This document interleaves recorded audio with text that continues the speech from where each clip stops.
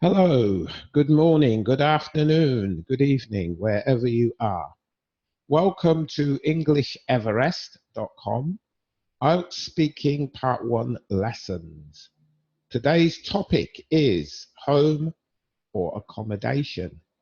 So here we have three different types of accommodation. We have our dormitory, campus, we have an apartment block or flats, as we say in the UK, and we have a house. Could be even be called a cottage because it's kind of old and rustic or rural. Okay, before we begin, let's look at some vocabulary related to these things. So home is a noun, the place where you live most of the time. Usually we call home either when we have our own house or our parents' house.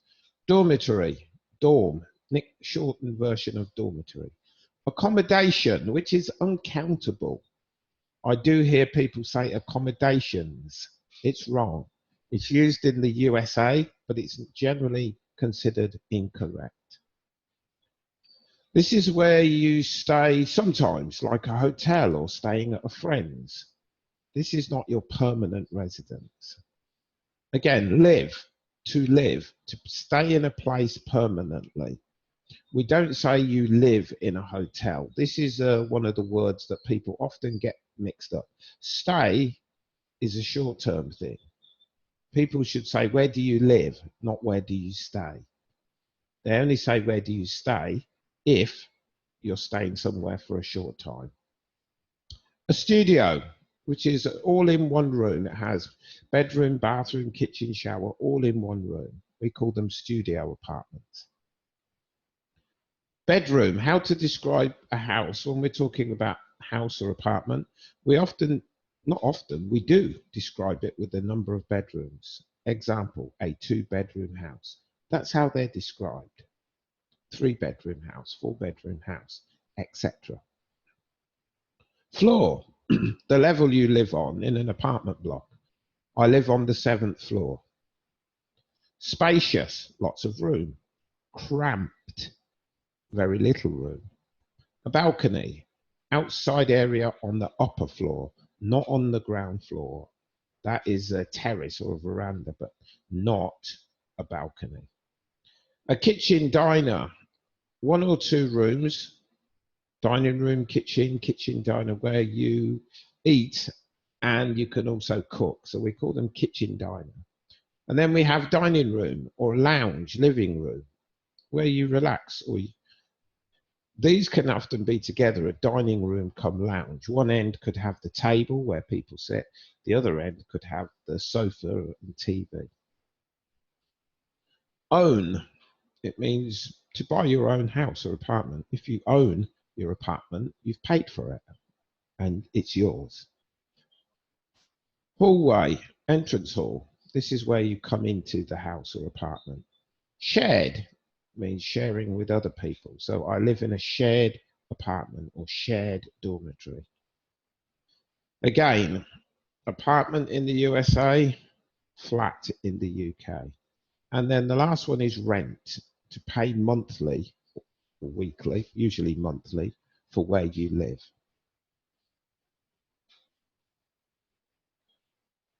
So answering the questions. Again, same structure. But here we have quite a few questions because it's a topic that is kind of, the questions are a bit more varied and wide ranging. And again, you can see USA, this is what you would see in the USA. This is what you would see in England. So I won't go through the questions here just to cut down on the time. So the first question, do you live in a house or a flat apartment? In an apartment. In an apartment, it is in the center of town and is convenient for the shops and all the local entertainment. It is a bit noisy sometimes, but I can live with that. Do you prefer living in a house or a flat? An apartment any day. They are easier to clean. And I don't think people need so much space to live in. I will always reside in an apartment in the future. Can you describe the place where you live? Hmm, sure, sure. It's a two-bedroom flat and it's located on the outskirts of town in a quiet suburb.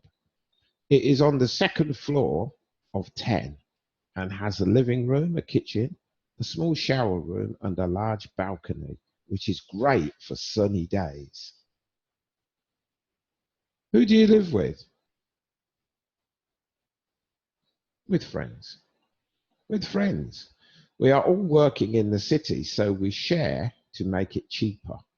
One day we will go our separate ways, but for now it suits all of us. Have you lived there long? A few. Let's use that one. A few weeks. The college term began last week, and I moved in 2 weeks before it began. I don't like to pay to stay somewhere where I don't need to be there, so I waited until the last minute to move in so I could save some cash. Now, this answer doesn't go with the previous answer. Obviously, your answers will be different because I said in the previous question that I live with my friends because we all work. Here, I'm a student. So you use your knowledge and your own knowledge to answer the questions correctly that make sure they relate to the questions before. If you say you're working, you cannot in the next question say you're a student. So this is just an example. Do you plan to live there for a long time? Mm, I'm not sure. It depends what happens in my job or my course. If it goes well, then I will stay here for the time being. I have no definitive plans to move. Are the transport facilities to your home very good? Um, so-so.